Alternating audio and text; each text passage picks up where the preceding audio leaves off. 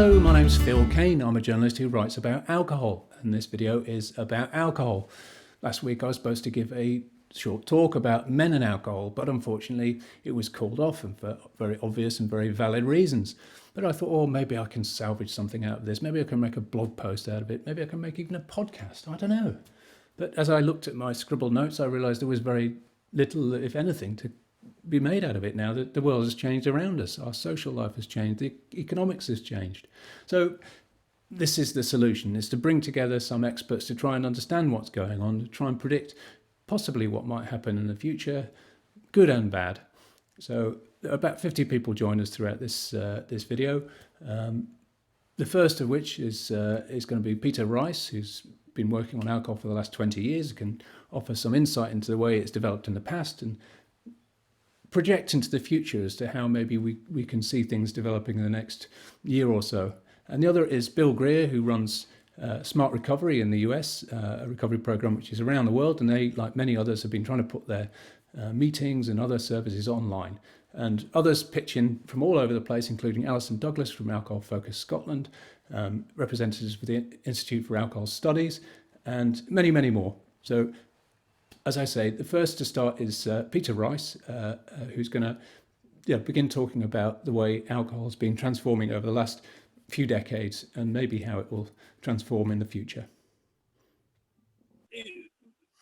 I think a good reason to think that the shift towards home drinking, which we think was largely driven by cost, the price difference, really became wider and wider and wider as prices in pub basically kept up with incomes, and prices in off sales fell behind incomes, and so the price gap just got wider and wider. What I think we saw in health was that as that happened, people stayed at home and drank more at home than they had in the pub, and we had our rates of liver disease went up about threefold of alcohol-related liver disease in 10 years, which is one of the things I think that really prompted activity in Scotland. So I do think there are good grounds to think that the increase in chronic health harm that we saw was in large part influenced by the shift towards home drinking. I think it also made a difference. You would hear from policing that, previously in, let's say, Glasgow or Edinburgh, if you police 2 or 3 streets with the pubs in it, you would control most problems, and that started to change, and actually was a difficulty for policing that they would then have people drinking at home, and house parties and issues would be breaking up all over the city, so they needed to cover actually a much bigger geographical area. And I think it's easy to see that the impact on families would be different. The increases in violence in the home, for instance, I think would be one consequence. So the kind of problems that we started to see began to change, both in health and family and other impacts. And you obviously drinking for many people is a sort of social activity, but our social lives are curtailed whether we drink or not at the moment. Do you think this is going to change the drivers behind drinking? And there's a lot of concern, for instance, that the stress of being isolated, or the stress of being at home day in, day out, as I have been for a week and a half now, is going to drive people to drink, or is there's also this pull factor of the social life associated with drinking. Without that, perhaps there's going to be less of a pull for people to drink. I just wondered whether you had any kind of inkling of how this might play out. I don't, other than to say you're dead right, that there are so many vectors, so many influences pulling in different directions at the same time. I think in general, again, having someone who spent a lot of my career actually seeing people with alcohol problems, I certainly did form the view that for most people, drinking in the pub had some safety features in there. There were people round about you, people would notice, people might say to you, if your drinking was getting out of hand, well-run pub, a good bar manager knows how to set up their environment. It's very interesting to hear them talk about how they do that, how they set up a room to try to minimise harm. So all of those influences, which I think are often beneficial from pub drinking, were being lost in the move to home drinking. And I did get the feeling that people kind of run into problems more quickly than they would have been if the drinking had been in a pub setting. Certainly people moving from pub drinking to home drinking as the appeal of the price became greater as their drinking became heavier, saving money became more important.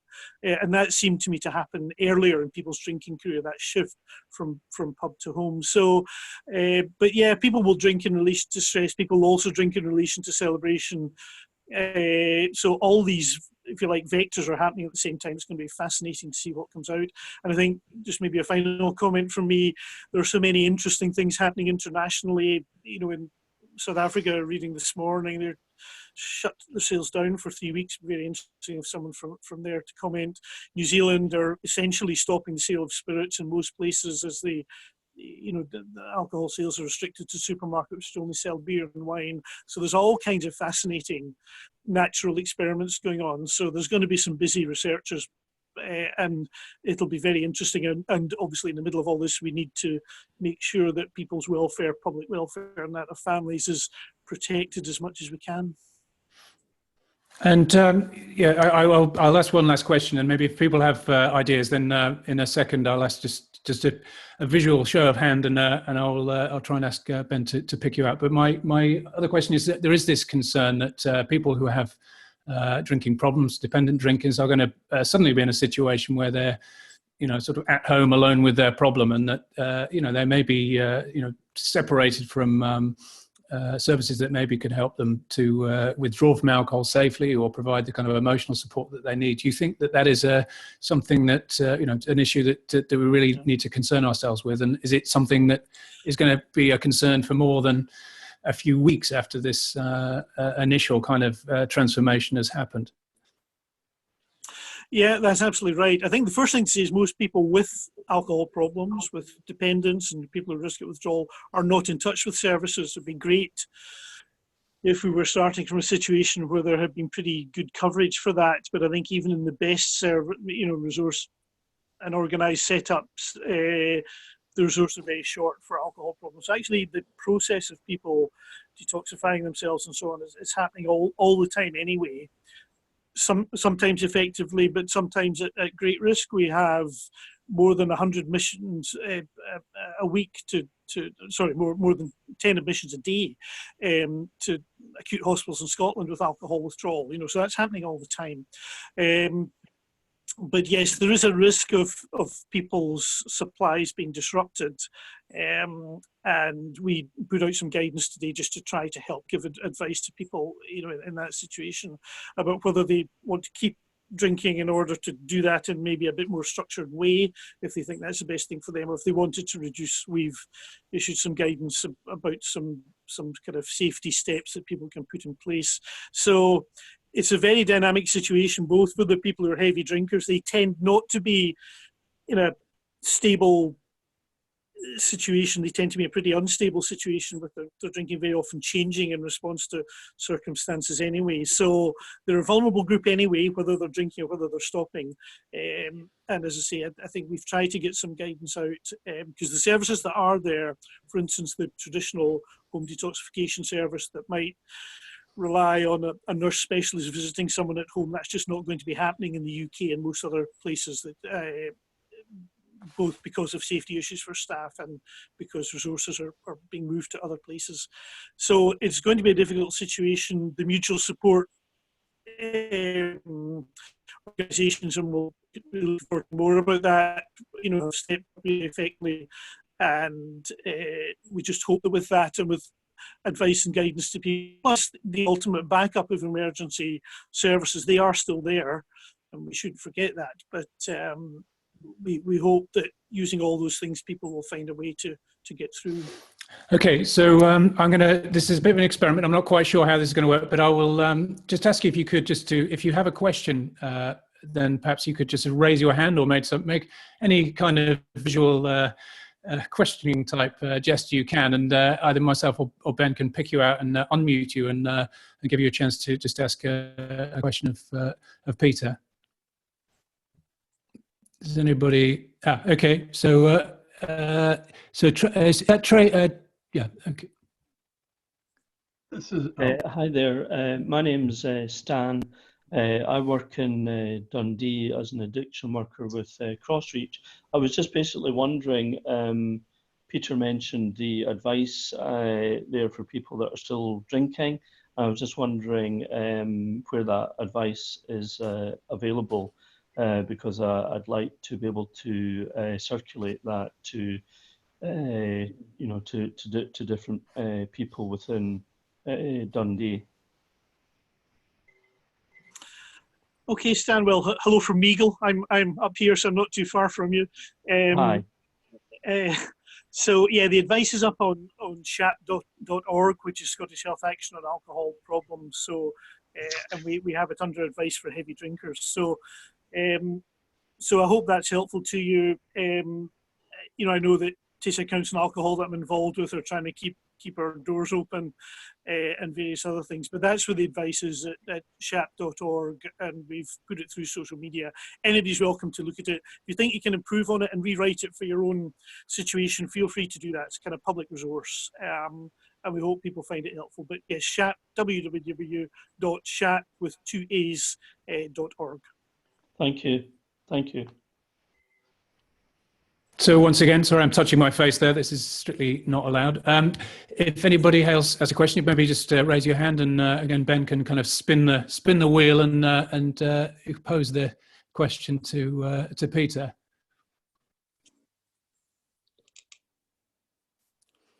Hi, yeah, Robyn Burton from Public Health England. It's a kind of question or comment, but across the UK, there are about 4,500 AA meetings each week, and that doesn't include Al-Anon. And rather alarmingly, I've been hearing that a number have still been meeting. In terms of the Central York office, due to the kind of AA traditions, it's that the group conscience should make the decision about whether these meetings still go ahead or not. A number have gone online, indeed on Zoom, and I think that's really positive. But I just wonder if in these sort of unprecedented times, given that this is I just wonder if as health professionals, there should be some formal guidance that can help advocate for the group conscience to be cancelling these meetings. And perhaps is there a role that we can play in trying to get the York office to detail the online meetings, because I think that those groups are going to be really high risk, and it's not clear how they're going to adapt, really. Just thoughts on that, I suppose. Yeah. Okay. Hi, Robyn. Nice to see you. If my friend and colleague Eric Carlin's on, he could maybe give Phil a wave somewhere or other. Eric's works with AA on this, so I think actually if Eric's around, he would be best pleased to deal with it, because I do know AA have been giving this a lot of a lot of thought. I've got a lot of regard for AA. It's been very absolutely key organisation in this field for 70 years, and there's a lot of wisdom in AA on all kinds of things, including how they conduct themselves. So but I wouldn't want to comment specifically on what AA's decisions are, other than say I know through Eric that there's been a lot of thinking going on. Thank you very much, Peter. And yeah, maybe just one more question, and then maybe we can switch. And we're actually moving into areas which I think our second speaker might be able to shed some light on. But one more spin of the wheel, and then we'll press on. So if you could just raise your hand, I think maybe there's a more sophisticated way to do it, but do it this kind of old-fashioned way. My apologies if you haven't got your video on. Obviously, that's makes it slightly more difficult to see. There we are. I see Elaina Smith is on there. Hi, I'm Elaina Smith. I'm from NHS Greater Glasgow and Clyde. I'm the Health Improvement Alcohol Licensing Lead. Just on that last comment about could any of the support move to online, within Glasgow, we have actually used our recovery network to actually advertise all of our services that are now switched onto an online support model, and I'm sure if somebody wanted to get in touch with the Glasgow services, they'd be able to find out how they've gone and done that, and that's just been done in the last few days. That's just an update from Glasgow. What I wanted to comment on was about the ever-changing focus in terms of how people can actually access their alcohol. Obviously, from a licensing perspective, I've already seen the difference in the number of applications that are coming through for on and off things, and this is definitely a move where we're seeing it will ever increase and move very, very quickly as to how people can actually get the alcohol to the consumer in an ever quicker way. And that's one of the big concerns that I have. I'm glad to see that countries like New Zealand and Australia and South Africa are actually looking at how they can clamp that down. But what I would ask is, how can we actually encourage our government to stop saying that off sales are an essential store, but actually to give a bit of caution in terms of how alcohol is actually provided to general consumers. Yes, we've got a duty of care to those that are dependent drinkers to stop putting them at harm, but I think we need to try and actually exert some influence elsewhere in terms of how we can just slow down the way that the shelves are totally cleared at the moment in the supermarkets of alcohol. Yeah. Just one comment to add to that, Elaine, again, also nice to see you. Before the shutdown happened, maybe a couple of weeks ago, I was in my own local supermarket and the family in front of me got 2 of their 4 packets of muesli taken off them, and the fellow behind me had 9 litres of vodka, which he then purchased unchallenged. So it struck me then that alcohol was being treated differently to other goods, as I say, a couple of weeks ago. And whether did that mean the alcohol distribution systems were so efficient that they had no worries that it was going to run out or whatever. So I don't think it's an easy balance. It would be great to see some real serious thinking about how to get a proper balance and proper regulation or whatever.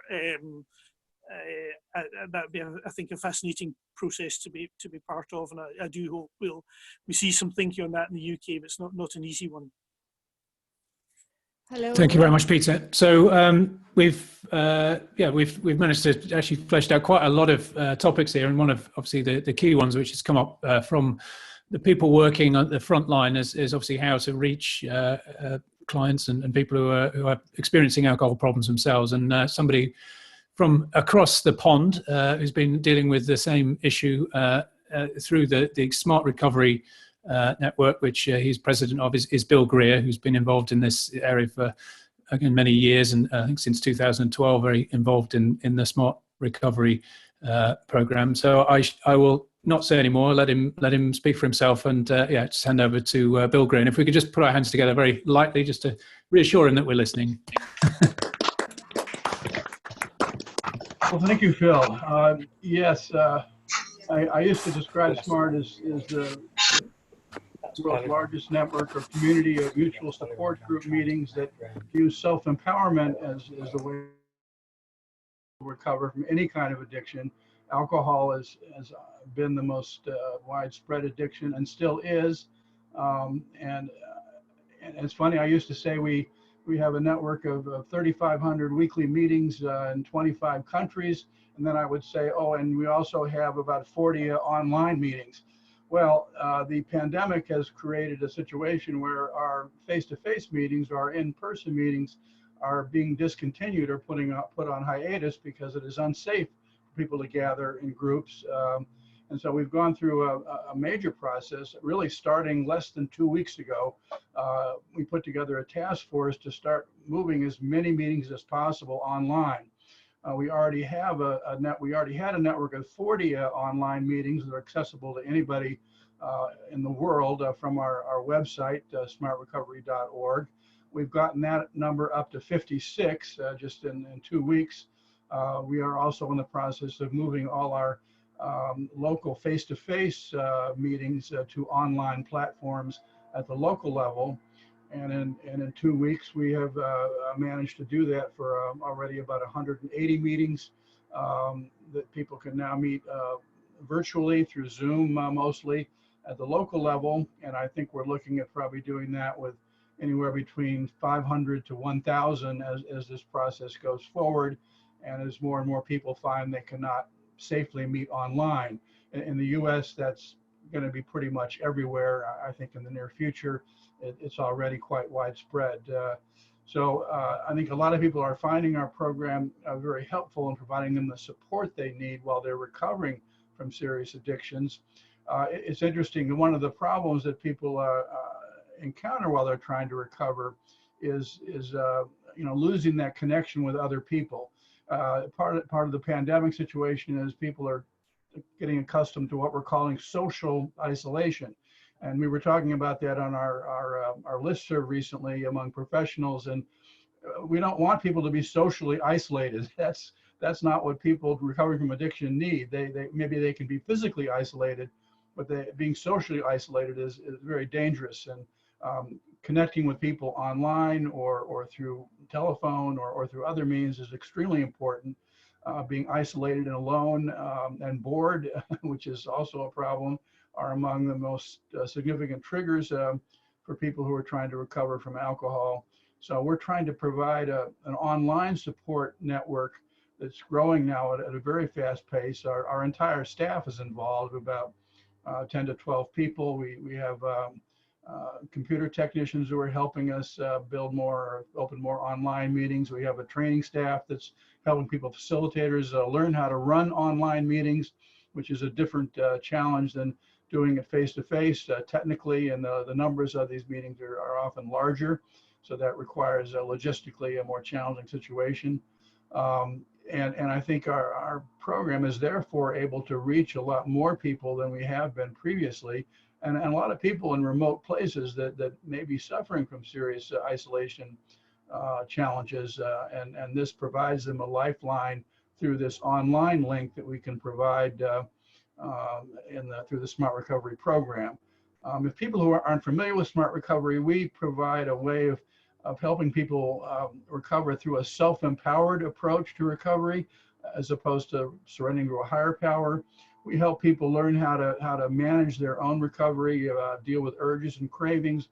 And perhaps one of the most important parts of our program as it pertains to the pandemic right now is helping people control their anxieties, their feelings, and helping them deal with those feelings and anxieties in a realistic and helpful manner, rather than letting them get out of hand and causing them tremendous frustration that makes it very difficult for them to live and will lead them to drink or use substances as a way of coping. We have different tools where we help people try to understand, we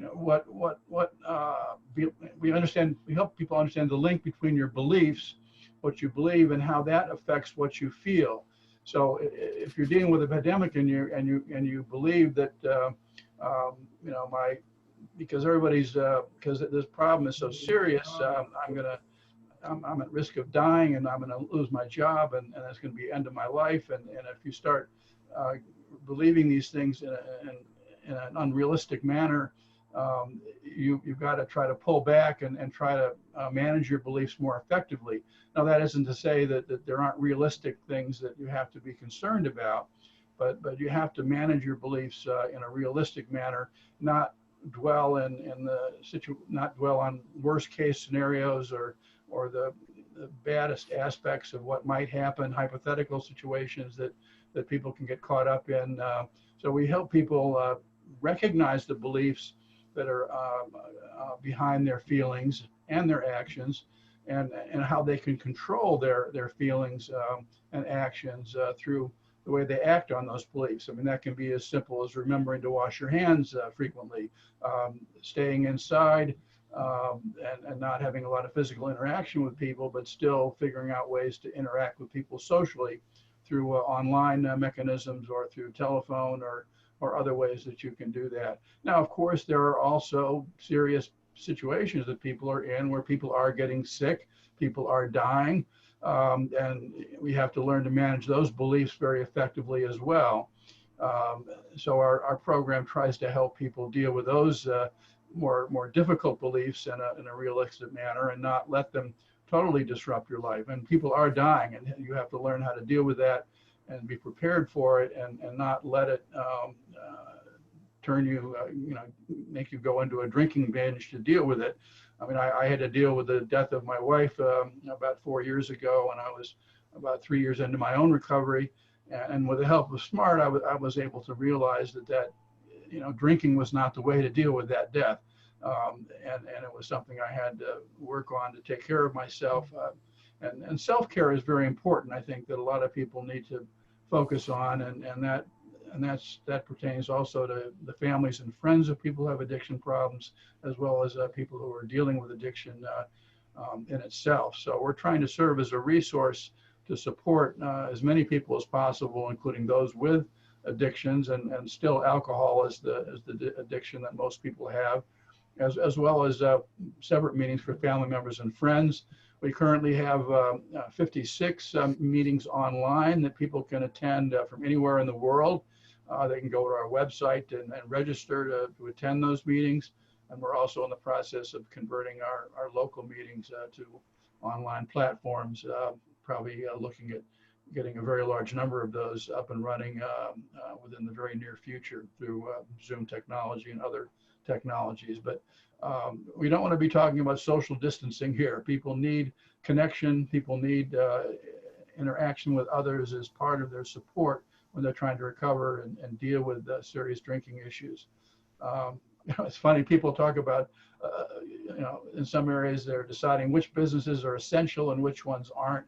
I recall, I think it was in New York, I don't know what the situation now is, but they were regarding liquor stores as an essential service. So that kind of threw me off, but I guess I understand that's a question probably that's being dealt with differently in a lot of areas. But people obviously have to be very careful about controlling their drinking at a time like this, and that's not the way to deal with the anxieties that you're feeling, understandably.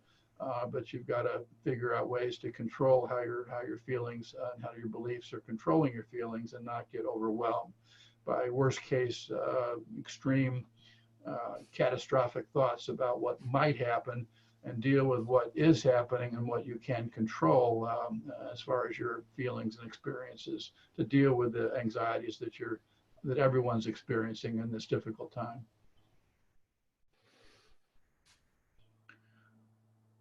Okay, thank you very much. If we can just switch the microphones on again, Ben has been very attentive, and just give Bill a quick pattering of applause, and thank you very much. Thank you very much for that.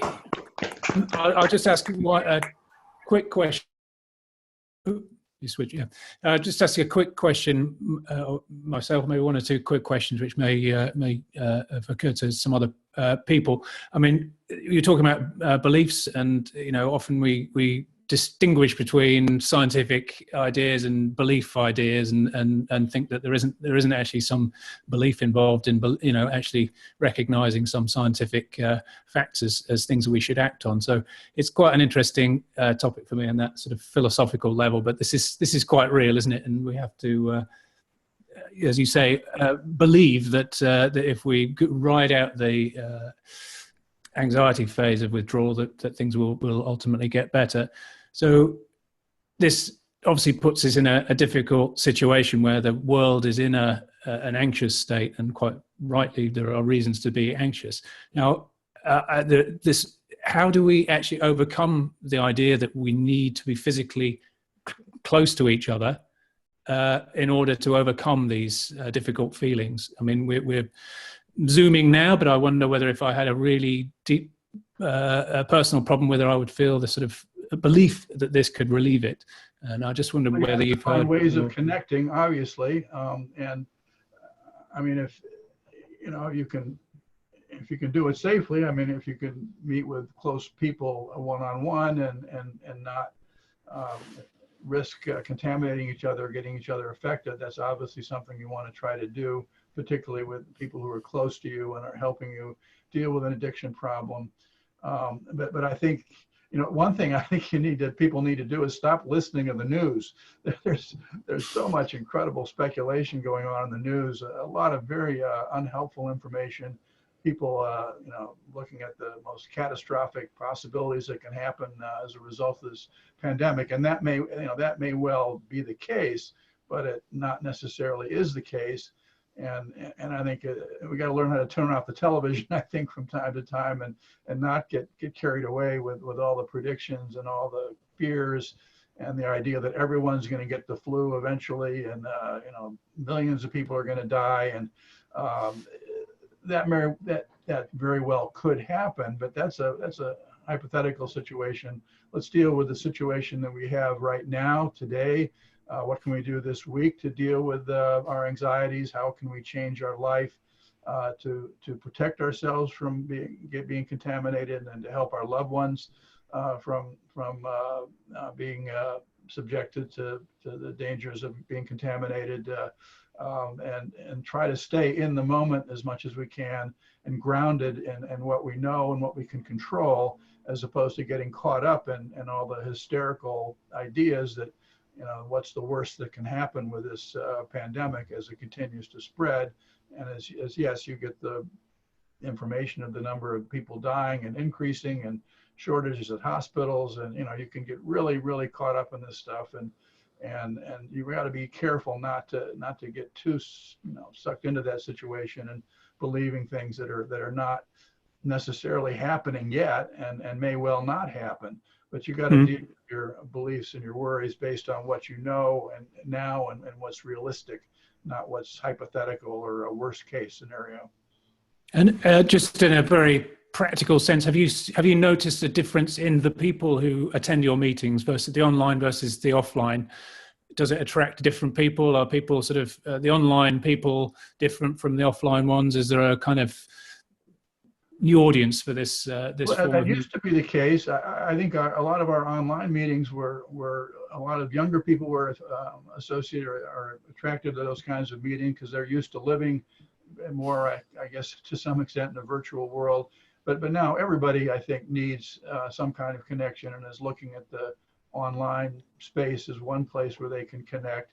And they have to find ways of interacting online, well, as we're doing right now, and trying to get comfortable talking to people in a virtual environment, which is something that takes some getting used to.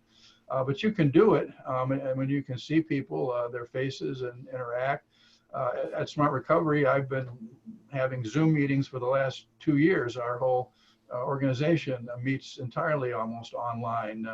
I'm including Smart Recovery International, where I'm on that board. We have people in Australia, the UK, China, the United States, all meeting on a regular basis. And the board of Smart Recovery USA, which I'm president of, meets on a regular basis, and it's all online.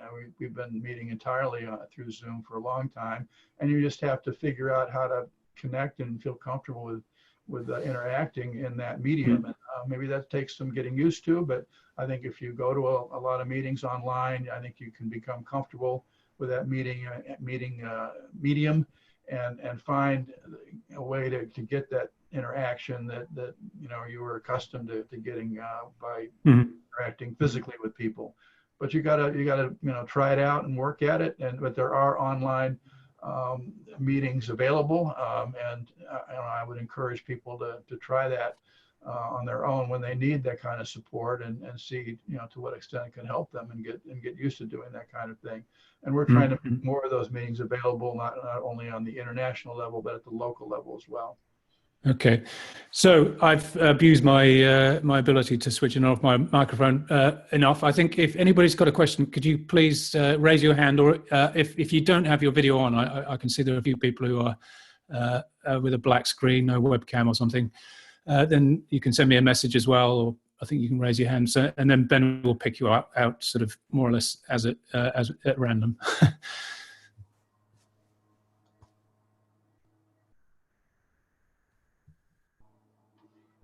Any questions? Hello, it's Andrew.K.Brown here. Yeah. Also Public Health England. We're obviously heavy on the ground today, but very interesting. Thank you very much both to both speakers so far. I just wanted to kind of reflect on the conversations I've been having with the areas we've been supporting. We're running a grants scheme which supports families where a parent has an alcohol problem and there are children in the household, or there are children elsewhere. And like everybody else, you know, they're having to move over to different ways of working since the restrictions on contact have come into place. I mean, it's very early days, but what struck me in the conversations I've had so far is that it's kind of it's a natural environment for children and young people in particular, online engagement. They find it relatively easy, and seem to, I mean, this includes kind of delivering therapeutic input as well, and that seems to be kind of something that has potential. But I think the other thing I'd reflect on is we've been doing, or have asked a university to do a rapid evidence review around online treatment and prevention work, and the early indications from that are that this is kind of an area that needs more research to be sure how effective it is and how it interacts with, kind of traditional, if not face-to-face, but kind of human delivered treatment and prevention work. So I hope that we can learn from this period, both in terms of how do you do it, but also its effectiveness as a form of intervention. I think even before the pandemic, we were seeing an increased interest in our online meetings, and we were expecting that a lot of our future was going to be online. We didn't know it was going to happen this quickly and to this magnitude, but I think that is an evolutionary aspect to, I think, addiction recovery and support. Certainly that's not going to replace face-to-face meetings completely, and I think, the physical interaction is extremely important. And I facilitated a very large number of face-to-face meetings, and that kind of interaction is very helpful. But I think there are ways people can help each other through online interaction, and people are learning how to do that. Even though us older folks, I guess, can do that. It just takes a while to get used to it, become comfortable with looking at yourself on screen, or you have the option not to if you want. You don't want to show yourself, but you can still talk. I mean, there are times when I don't want to show my face early in the morning, but you can still talk with people and have social interaction that I think a lot of people find useful. Just isolation is just very dangerous, and you've got to figure out ways to deal with that and stay in touch however you can. Okay, so again, if anybody's got a question, I say if people haven't got videos, as Bill has just mentioned, then please just message me, and perhaps I can pick it up on there. But otherwise, raise your hand, and Ben will just pick you out, and we can take it from there. Maybe make a point on from your own experience or from your own organisation. Hi there. Yeah, just a point about which apps or programs to use for online support groups. The team, we're a small team, and we're planning on providing online support groups next week. And we were trying Zoom, and we found that there were problems with the audio if you were actually using your mobile phone for Zoom. And apparently this is due to sort of the high demand at the moment with people using Zoom. I'm using my tablet for this today. It's working fine. And when I used my laptop, it worked okay. However, mobile phones, there was no audio. And I was speaking to another health professional who were also experimenting with Zoom, and they had the same problems as well for people trying to use their mobile phones. So I just wanted to raise that just regarding our service users who the majority of whom will probably have mobile phones, and using a mobile phone may be the easiest way for them to access support meetings. So I just wanted really to throw that open. Very, very useful point. I mean, obviously, the ability to connect is not necessarily, the quality of connection is to some extent going to be dictated by the technology we have. And my own technology is not absolutely perfect, and certainly will make a difference. And any more points, any more questions we can? Oh, hi. It's Anne-Marie Quigg, Scottish Recovery Consortium, and it's to get back to Stan's point. The Scottish Recovery Consortium has put out on their website, Danny and Derek, and contact details of exactly what you were asking there in order to support the communities to connect better to each other. Danny's our technical guru and can go through all of those separate points with you. So hopefully that would be helpful, Stan. I don't know if you're a member of the Recoveries Network, but we're trying to keep a national perspective in what's going on in all the communities. Okay, I appreciate that, and I'll check out the website and follow that up. Thank you. Well, Scotland is looking particularly glorious today, I have to say. So, yeah, do you like that? Beautiful, beautiful, yeah. No, this is my new Zoom. I love it. Yes, excellent. All my backdrops. Thank you. Well, I think Okay, Ben, if you can just pick somebody out. Sorry for my intervention. I think Peter is raising his hand. Okay, yeah. Okay, thanks. Yeah, I was going to say, Anne-Marie, you must be an Aaron, I think, with a view like that. But I'd like to ask Bill, many mutual support groups will, in real life will have systems if someone turns up in trouble, intoxicated, withdrawing, in a bad way, and people will have found their solutions for dealing with that. Have you come across that in online meetings, and how have you handled that if somebody comes online and is clearly struggling? Yeah, you have to figure out a way to manage that, and I think facilitators have to. And generally online meetings, you have facilitators and you have helpers. So a helper can intervene if an individual is obviously having trouble.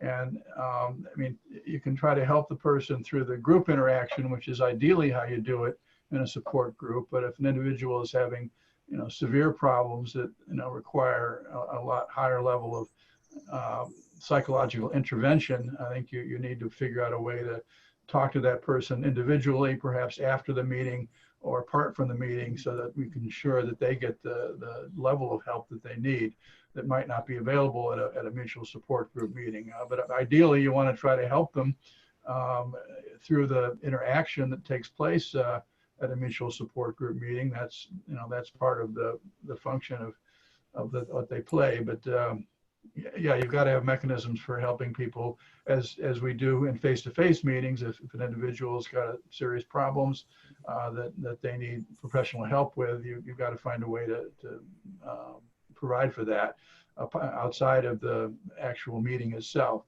either afterwards probably, and seeing how you can help connect that person with any professional support they might need that goes beyond what you can get from a mutual support group.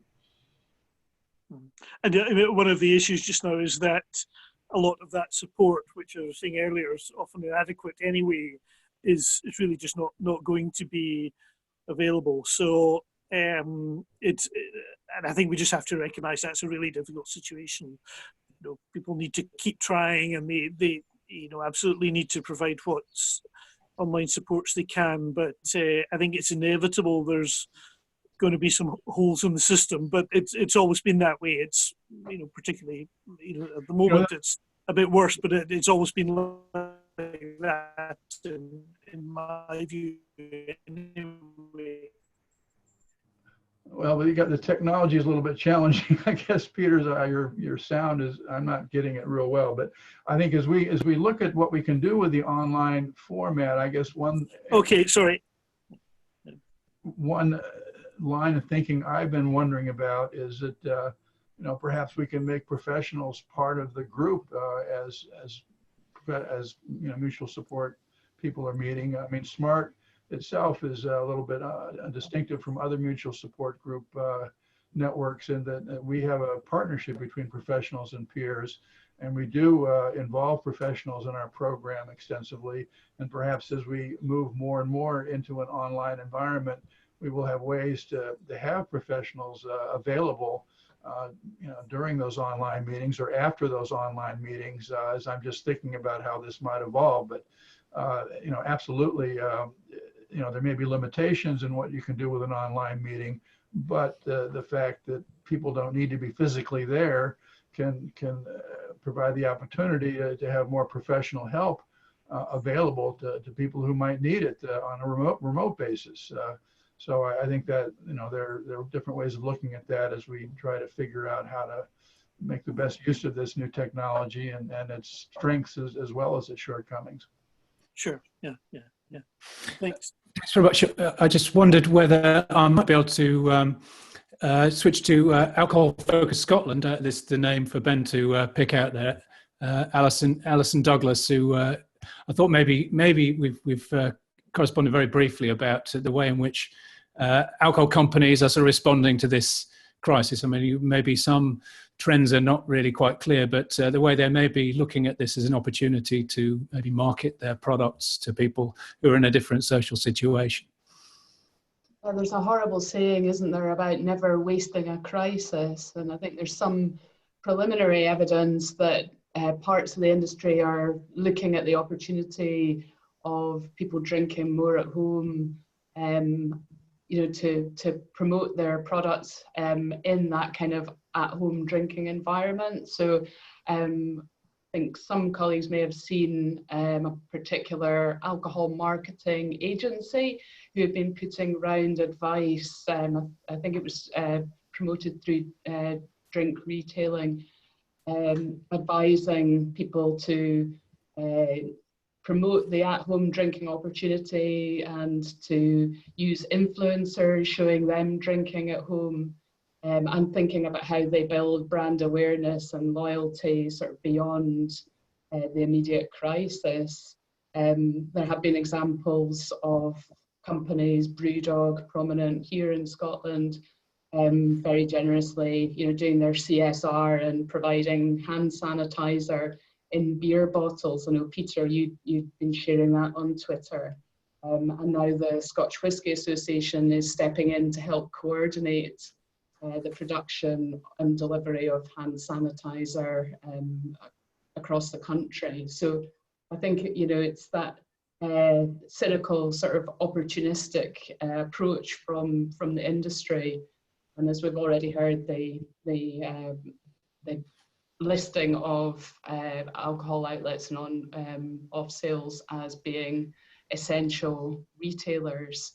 So I guess from my perspective, it's the question about how, I was just going to say about Brewdog, looking at their responses to that, they were almost universally positive from general public, including a number of people saying, love you, Brewdog, I'm definitely going to drink your beer in future. So, Brewdog are masters of PR, have been for years, but this is, reached new heights on this one. So I suppose from our perspective, where we're kind of predominantly in the preventative sphere, it's what should our policy asks be of government at this stage, and how could we mobilise a bit of collective effort around saying, it's just unacceptable to be listing off sales as essential retailers at the moment. I mean, notwithstanding what we've been talking about acute withdrawal, the risks around that for dependent drinkers. I think there's the much broader risk is around other, the people who could potentially develop alcohol problems or deteriorate. So there is a risk as this situation gets worse and more people are contract the virus and more people are hospitalized or die as a result, that any sort of argument that we're running about access to alcohol and how that should be controlled may be seen as being a bit beside the point, and let people use alcohol as a bit of a getting through mechanism. So I think we're challenged about how to communicate around this, but it does feel like the industry at the moment are ahead of the game in lobbying government, and we're behind the curve. So, you know, what should our policy ask be? It's very interesting points you made there. Thank you, Alison. I've been following this hand sanitizer. It's an outbreak of enthusiasm for making hand sanitizer, which is slightly suspicious. I haven't actually completely nailed it, but the price of alcohol has actually dropped like a stone in the last few weeks. So I suspect there's not a shortage of it. I think maybe there's a shortage of ready bottled hand sanitizer, but it's not an alcohol shortage as far as I'm aware.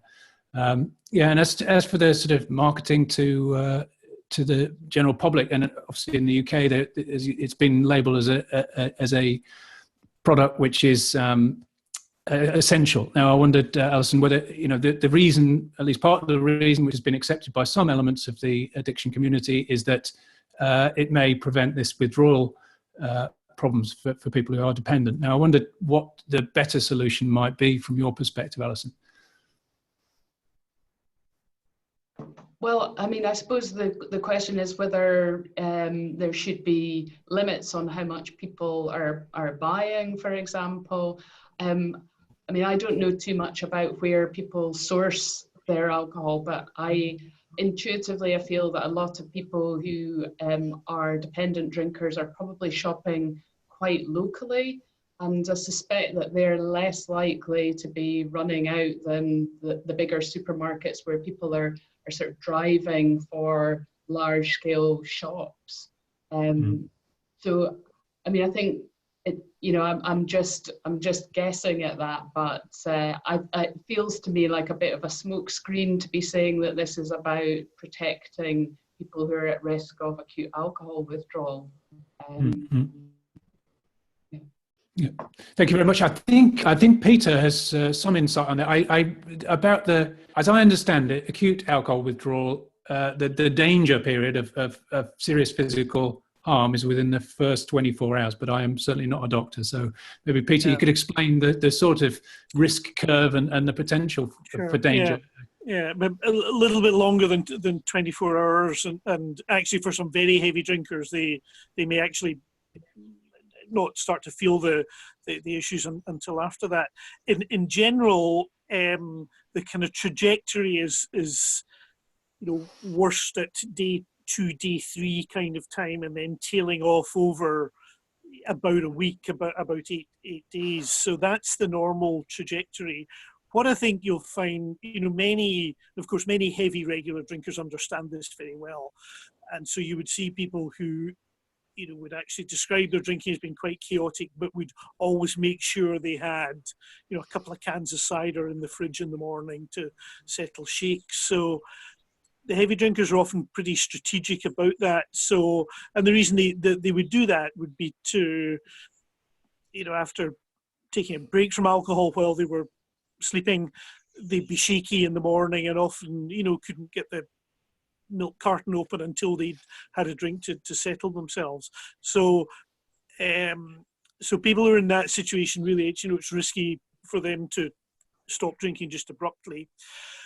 And they're, the best thing is if there's a shortage of, proper healthcare, as there often is, the best thing is to aim for a soft landing rather than a sudden stop.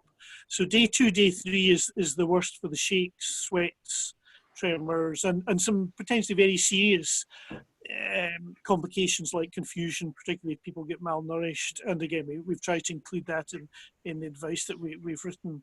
So I think in general, the heavy drinkers will often understand this pretty well, and we should often be guided by what they know of themselves. Their own solutions are often the best starting point. But that, I think, is probably the best advice we could give. I think the other part of this, though, is that continued heavy drinking is a risky thing to do for people anyway. We've actually just been looking at some audit findings from Scotland, from Glasgow, and the mortality of continued heavy drinkers is really very high. It's 10-15% a year. So continuing to drink at a high level is not a safe thing either. So it can be a real tough dilemma for people, and I think the best we can do is with a mixture of written advice and online support, try to help to guide them through that by getting a bit more systematic about their drinking, establishing,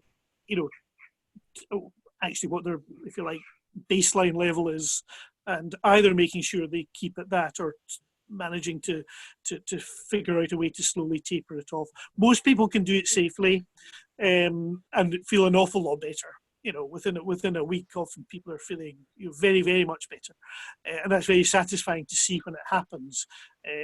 But it's a situation that requires a bit of organisation, a bit of analysis, and also a bit of support, and whether that's from friends, family, mutual support, online professional support, if you can find it. It's best not to do it on your own. And I think people also have to find other ways to deal with anxiety and stress. I mean, whether it's exercise or yoga or meditation or just going out and getting, taking walks on a regular basis, reading, whatever kinds of activities can help you calm yourself, other than having to use alcohol to achieve that end. So one of the things we emphasize in Smart Recovery is looking at all the hobbies, the other things that you do in life that bring you relaxation and help you relieve stress, or those are the kinds of things you need to start focusing on, so that it's not only the substance that you're addicted to that you use to address anxious situations.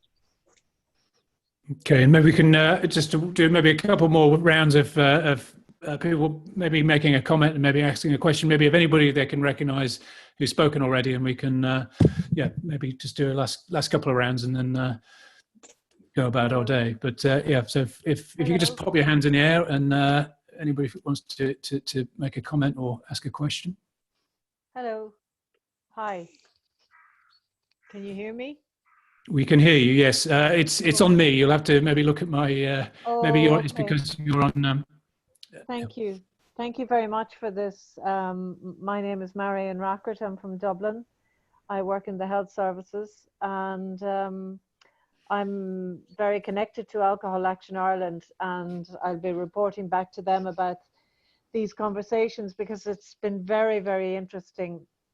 And there's part of me thinking, gosh, I wish this could continue on some sort of a basis, because there are critical issues here, literally life and death issues.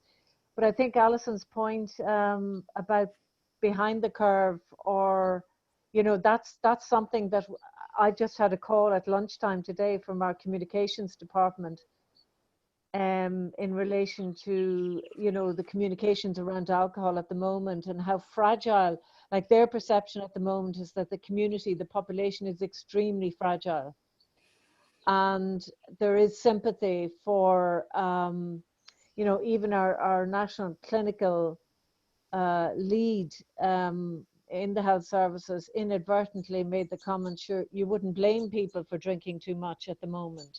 Just inadvertently said that. So there is a level of sympathy, and just wondering, going ahead, because we are in the early stages of those communications, and how to frame them in a way that's not going to antagonize, but that people are somehow going to hear. So that's one point I'd just like to make. The other point, I'm really, really concerned about the level of domestic violence. And we have I'm sure you've seen it on Twitter, Silent Voices. And we're in, we don't have an ACOA in Ireland. We have a ISBCC helpline, a child line, but we don't have an ACOA. And I mean, I've seen the benefits. We've talked to the CEO of NACOA in Bristol, and so impressed with what they can offer, and with their patrons, and with their Josh Connolly, etc. So I'm just conscious of how to reach children, and yet we're not exactly set up to reach them in that capacity at the moment. So I suppose just promoting the NACOA resources, as I'm trying to do with teachers and that kind of thing, so that somehow they can connect with them in that way. So they're just the 2 points I would like to make. But I've really enjoyed the conversation, especially around smart recovery. I'm sorry I missed the beginning. This is my first time on a webinar, or whatever you call it. But I look forward to getting used to it. Thank you. Thank you, Marion. That's, yeah, sorry, you had to look at me for quite so long. It's slightly uncomfortable for all of us, I'm sure. If you could just raise your hands if you've got a question you might like to ask or a point you want to make, and then maybe me or the panelists can pick up on it.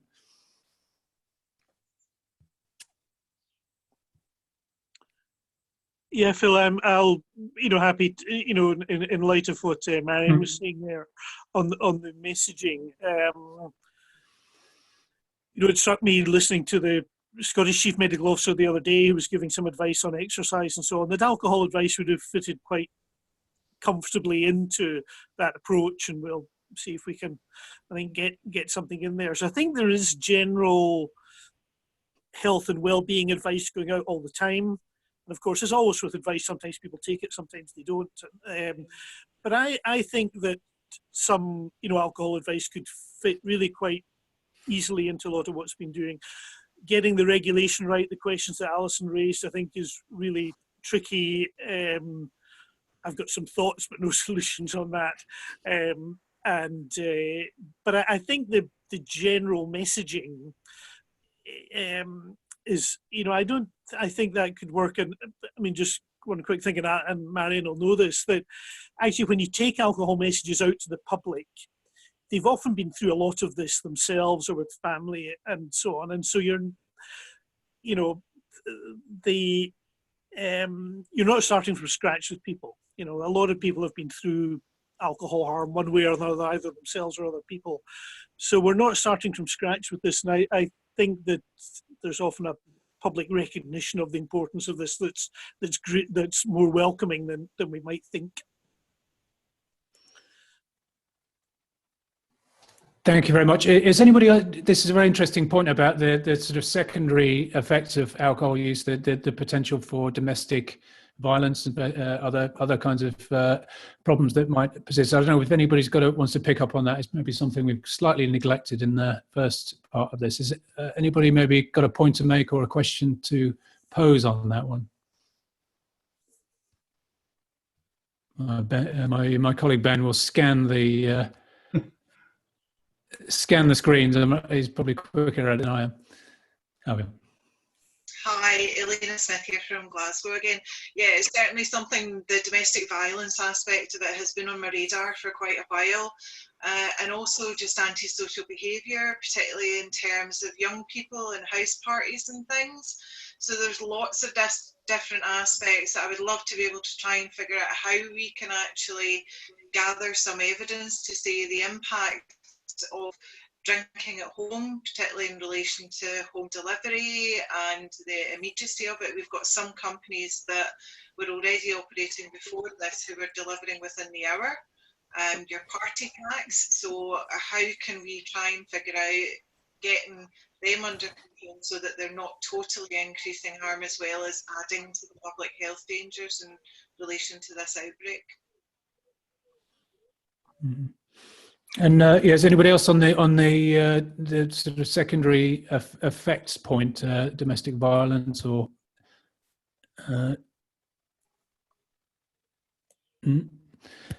And okay, if Ben is not offended on that, I'd ask Peter rather unfair question about, you're talking about policy response, and I think obviously that we're from all different kinds of background here, but what you've had some ideas, and I just wondered, that you not wishing to put you too much on the spot. Generally, what kind of response can be made to such a unforeseen and unforeseeable situation? Yeah, well, I guess thinking about, I mean, in some ways in Scotland we're lucky we've got the safety net of minimum unit price. So if anybody set up a deliver high volume, low cost, and so on, or that at least would be a bit protective. Wales has that too, and various other places around the world, but north east of England doesn't. So there's a bit of protection, I think, there for us. I've been interested in New Zealand. situation where their supermarkets which sell alcohol up to 15% are still open, but their bottle shops are mostly closing down, which are the places that sell above 15. So that, I think, is an interesting thing to do. And it would be, I think, fascinating to see the results of that. In Western Australia, they have a rationing system, but you can buy a litre of vodka a day, which is quite a lot, you know.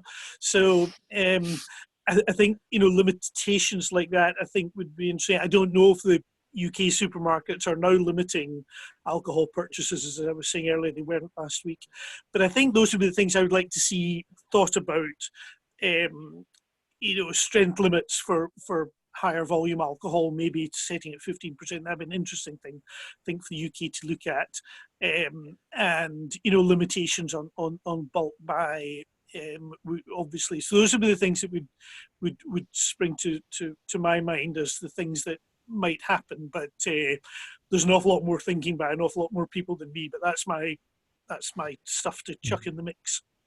Thank you. No, it gives me a little bit of a steer. So maybe just we've sort of been going at it for about an hour. Maybe people are getting a bit cross-eyed with staring at all these faces. So maybe one more sort of raise of the hands and make whatever point you wish to make and ask a question, and then, you know, we'll wrap it up in the next sort of 5 minutes or so.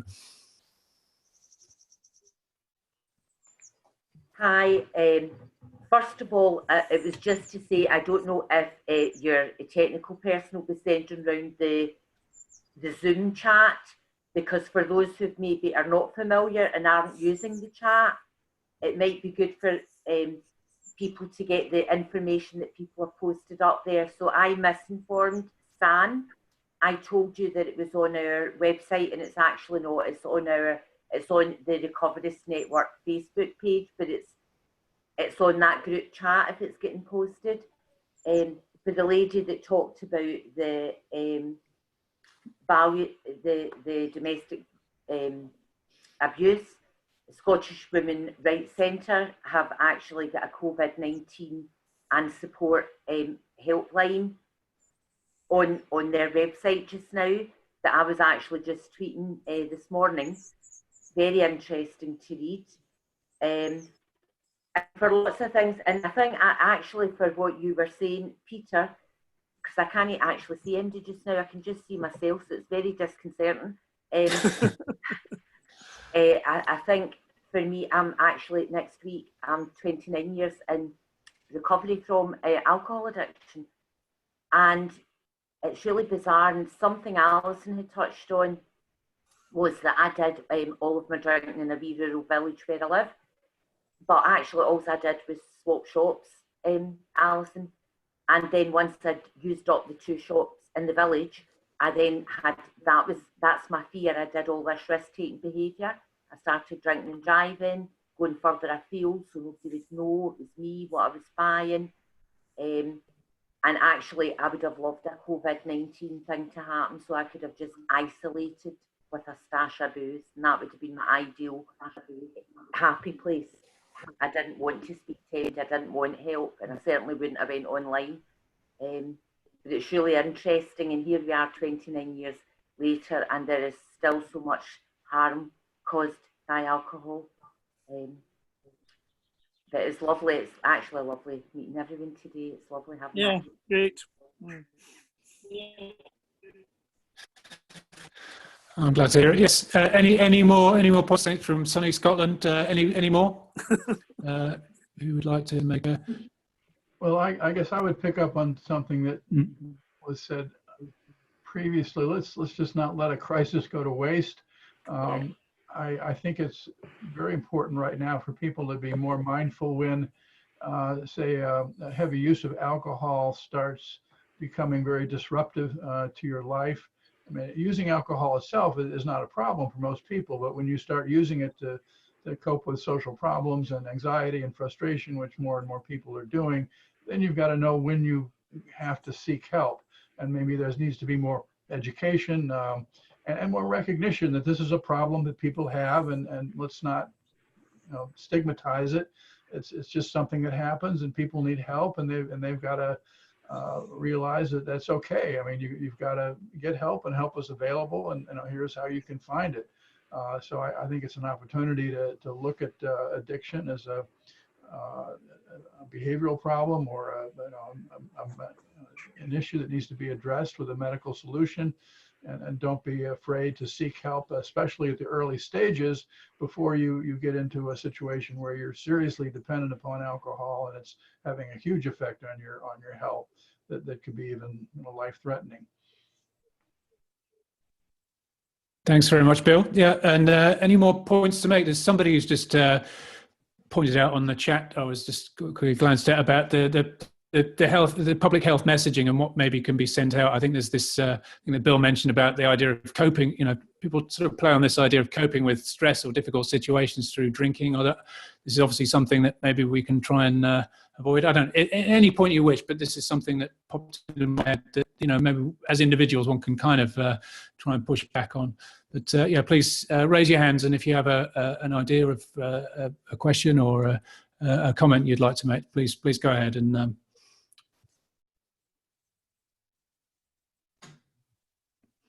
Yeah, hi.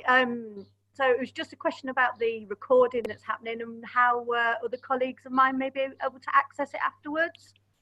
Yeah, I guess that's a question for me. You might have seen in the top left-hand corner the recording is going now, and I will, well, assuming that's all working, then it will be downloaded, and I will try and upload it somewhere. Cut out maybe some of the bits where it didn't go quite so smoothly. So hopefully that will be available for people to share who've not been able to make it in person. Brilliant. Thank you very much. You're welcome. Is there anybody else who wishes to ask a question or make a point? This is a good time to do so. Okay. It's looking... It was just to actually point out something that was mentioned earlier by Bill, which was about the whole point. We are physically isolating, not socially isolating. So how can we actually try and get that across? From the aspect of there's lots of socializing going on in online capacities like we're doing now. So how can we get the message out there that the physical component is there, but when we are socializing that it doesn't necessarily need to be done with alcohol either. There's lots of virtual pubs popping up. So there is that whole association still going on in relation to you can drink at home, you can drink with your friends on Zoom, etc. and all the rest of it. So there is some messaging there that would be really helpful in terms of being able to do that safely, particularly for our young people, because I think this is quite a dangerous time for young people who might not have been exposed to that environment. Mm-hmm. That's a very good point. I think, I mean, this is just my own personal take on that, is that, this interaction over online is a potentially an alternative to going to the old venues that we used to have. I kind of compared alcohol to a kind of social media that we had before we had the internet. And this is maybe an opportunity to actually explore the potential to connect with one another in new ways, and not just to talk about sort of serious topics as we are now. I mean, this is obviously a nice way to connect with everybody, but we can also do silly things online as well, as we often do. So there's maybe a way to encourage our clients to, or people who have struggled with alcohol to find ways to have fun online, as well as talk about the specific issue we have in mind today. Any more points, and then I'll let everybody go about their business and put the cat out and whatever else needs to happen. So one last raise of hands, and then we'll wrap it up. One more. Yeah, it was just I thought, that there are really different groups of people that, we need to be thinking about, different audiences. And I suppose just in relation to people who already have problems, there is a real equalities issue there, and actually maybe some of those people are the least likely to have access to technology in order to connect. So there's particular challenges around that, but it's back to this issue about there's a general population measure, and I really like Peter's idea of how do we get it integrated into the general messaging as we all tune into, whether it's the 6, 7 or 10 o'clock news or whatever, How do we get the message about, don't overly rely on alcohol, find better ways to cope with stress.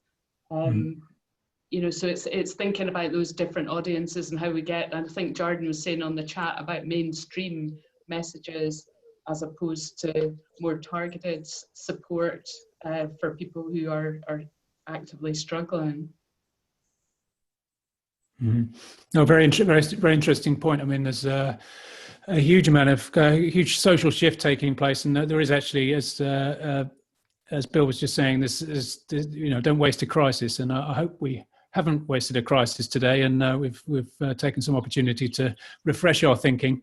Like I say, there's a level at which we reach kind of Zoom overdose, but I do really appreciate your time. Many thanks for coming online, and maybe we can do this or something similar at some point in the future. And obviously, however you found out about it before, maybe you'll find out about any future meeting that way in the future. As I was asked just before about the messages, I think that will be downloaded. I think that actually comes with the package of recordings that are made of this, and I'll do something with the video. Not quite sure yet. Maybe the whole thing, and then maybe just some snippets. But we'll wait to see. I've got nearly an hour and a half of footage, so we'll see what we can make of that. And many thanks. I'll ask and thank you to Ben also, who's stepped in to do this. He's normally a classical music conductor, so this is a new experience, but conducted proceedings very, very well. If you could just unmute the microphones, and thank you also to the speakers, Bill and Peter. Thank you very much for that. It's really much appreciated. Everybody who participated. Thank you. Thank you. Okay. All right. Well, goodbye to everyone, and safe journey. Well done, Phil. Thank you. Well done, Phil. Thank you. Thanks, Phil. Thank you very much. All right. You're Thanks for welcome. everything, Bill. You're very welcome.